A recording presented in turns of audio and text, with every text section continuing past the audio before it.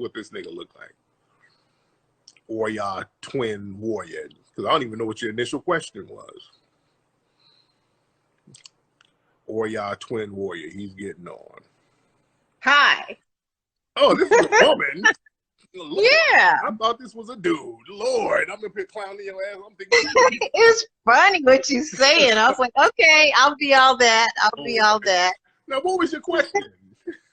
I'm like, there's rumors going around that your mother-in-law is white. And it was like, what? Not Tariq. He is so down and he's like educated so many people, including myself. So I was like, what's up? What's up? I want to know it from the horse's mouth. Yeah, my wife's mother's white. Yeah, but my wife is black.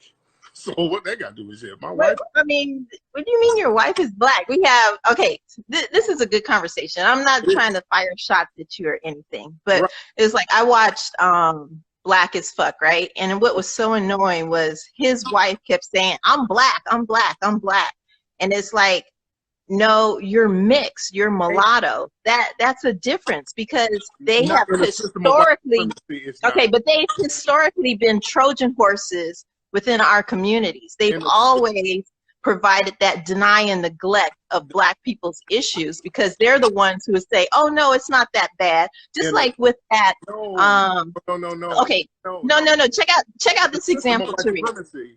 In the system, okay, check out this example. That's just nigga battle. In the system of white supremacy, you black.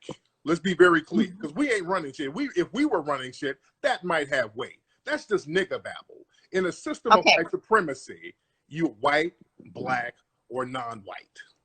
It's that damn simple. See, we play these little bullshit ass games of somebody's mixed. There's no such thing as mixed in a system of white supremacy. You black, white, or non-white. It's that simple. Obama is black. They treated him like he was black. We can talk about that mixed shit or whatever, but that nigga was black. That's just what it is. My wife is black. Okay, so do you remember where that race car driver used the N-word while he was doing that video game? Yeah, that hopper, yeah. And so then they had that mixed guy, that half black guy, come on and say, oh, it's not that bad. And those people, that's their function within our, within our race, within our community, is to be the Trojan horse for the white agenda. Some of them are. But let me tell you something. Omarosa ain't mixed, and she's a Trojan horse coon. Ben Carson ain't mixed. He's a Trojan horse coon. We can go to Diamond and Silk. No, they ain't mixed. They're Trojan horse coons. So coons come in all sizes and all colors. So that doesn't change the fact they still black. And even though there's people who are dark skinned who does coon shit, not all people, but we're in the system of white supremacy. That doesn't negate that.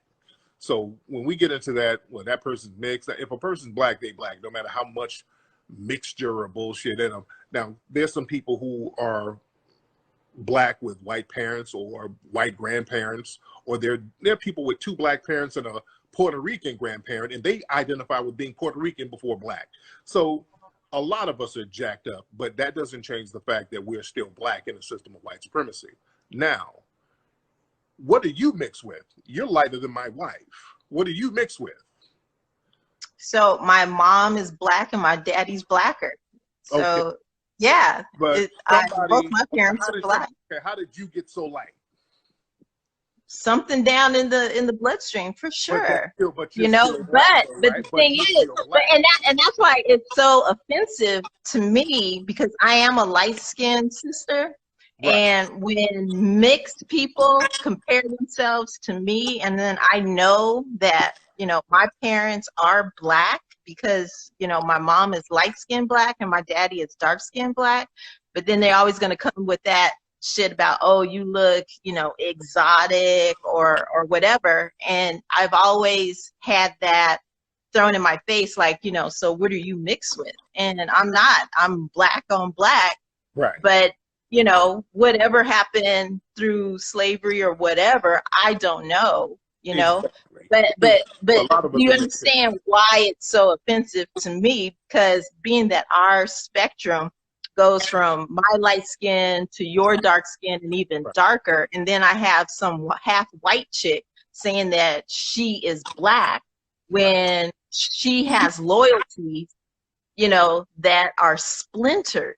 And I think that is really like a deterrent for unity within our own community, because she's going to have loyalty towards her mom. She's going to have cultural loyalties towards that side of her family. So I'm like, so how can you have that dichotomy within yourself and still be a ride or die for the community? These bed wenches out here who are jet black, they have more loyalty to white supremacy than anybody. Some of these jet black bed wenches and some of these jet black coon Negroes out here who date some of these white women, they have way more loyalty to white supremacy. They'll kill you over a damn white person. Especially people from other countries who come over here. They have more camaraderie with white people than they do with us. We are all types of avocados and all types of other shit. And white people, white men and white women are gods to them. So it goes all over the place. My thing is, culturally and psychologically, how are you riding for black folks? Because we got to understand, all black people, whether they were mixed or not, during slavery, had to go pick that fucking cotton. There was no black privilege. There was no light-skinned privilege. The light-skinned black folks, if you look at the slave rolls, and I always talk about this, most of the runaways were the light-skinned house slaves, because they actually had it worse, because these were the ones getting raped and tortured the most inside of the house. So I don't get too much into the colorism thing. I really don't, because that's a trick that they played on us in slavery to keep us divided. The white supremacists would make it seem like the Negroes in the house were doing better and the black people out there in the field were jealous, and they would play all of us against each other with that bullshit. So we still hold on to that now, which we got to let go. Because we're all under the system of white supremacy. We're all I totally understand that.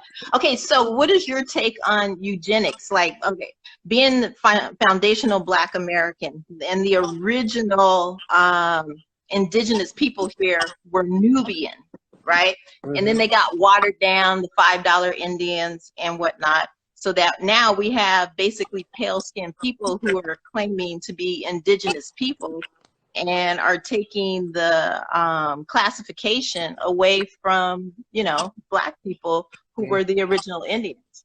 You know, so I'm just saying it's like, okay, if we keep accepting, you know, mixed people into the culture, that is a form of eugenics, yes or no? No, because we're not controlling none of it. We're not controlling one iota of it. We don't control what goes on in another Black person's life, mixed, dark, or otherwise. So because we don't control anything, we don't control their lives, we can't really call the shots on whether or not this person's Black enough or not Black enough. We can just do baseless complaints about it, but under the system of white supremacy, they're still treated like us. We're all treated the same. We're all in a prison, and we have to look at it like Neely Fuller talks about. In a prison, sitting around hating on another motherfucker in a cell with you because they're darker or lighter, that's dumb shit. We both got to focus on the warden of the prison. It's just that simple. You understand? We got to get off that prison shit. A light-skinned person in prison. Look, I've been in jail before many times when I was younger. In jail, in the county, back in the day, they would give you county blues. We would usually, everybody would wear blue outfits, but the trustees would wear orange outfits. Now, the trustees got to walk around a little more freely. They got to serve food. They got to serve the Kool-Aid. They got to get a little more extra activity, but they were still in prison. So us looking at the guys in the orange jumpsuits saying, okay, damn, they got it better than me. Fuck them niggas. They ain't like me. We're both prisoners. Just because we think that they have a few more privileges that we don't have, which they really don't, they're still in prison, is a pointless argument. It's the warden of this damn prison. That's what we need to focus on. How do we get the fuck up out of here? And we got to think the same way when it comes to dealing with systematic white supremacy. You feel me, sister? I feel you. All right. Okay, so last question. Hold on, that's enough. But no, let's see your goddamn quarantine toes. Look, I have been boycotting the Asian nail shops for like over 8 years, so I do my own feet. So well, let's see them then, goddammit. Let's see what they look like. Let's see them. Oh man, I could imagine how your Thanksgiving dinners are, you know, because you're just so outspoken and you know, you're helping to bring enlightenment into the community, you know, globally. And I don't want to put extras on it, but globally. And so to have that knowledge and then sit across the table from a white woman, it's just like, oh my God, how can you, like, you know what I mean? We have to do it because we have to work with them in the workplace, but on like an intimate level like that, does that bring any kind of like, for you? This my fucking house. This my shit. That doesn't bother me. I'm not trying to impress anybody. This my shit. A family comes over, we cool, they respect, I respect, and it's just that simple. Because I'm a boss, though. You understand? Okay. I don't have to go into work every day and kiss white people's asses. A lot of black folks have to learn how to be submissive around white people. So they learn how to be submissive around all white people. I don't. I have a white ass to kiss every day. So I'm me all the time, and I can say what I have to say all the time, and I'm good. You feel me? Okay. Now let's see them. Let's see them. Yeah, you can have your little fetish there if you want to. This ain't no damn fetish. It is a fetish. It's a fetish. Toes is a fetish, my brother. Lord, no. You being thirsty right now, talking about you want to see you married man want to be seeing some woman's toes. Girl, show them damn civil rights toes. Yeah, that's low key sexualization of another woman while you married over there. Whatever. Oh man. Hey, but I did see you when you came to LA, and I paid to see the premiere of Hidden Colors 5. So that was really dope. Yeah. That is cool. Thank you so much. All right, beloved. Thank you so much. Dear. All right. Thanks. Bye. Sister, I am not sexually turned on by your toes, lady, but lady, she's a cool lady. She's a little older lady. Okay, Miss Gladys. Okay, sisters. You trying to come on to me.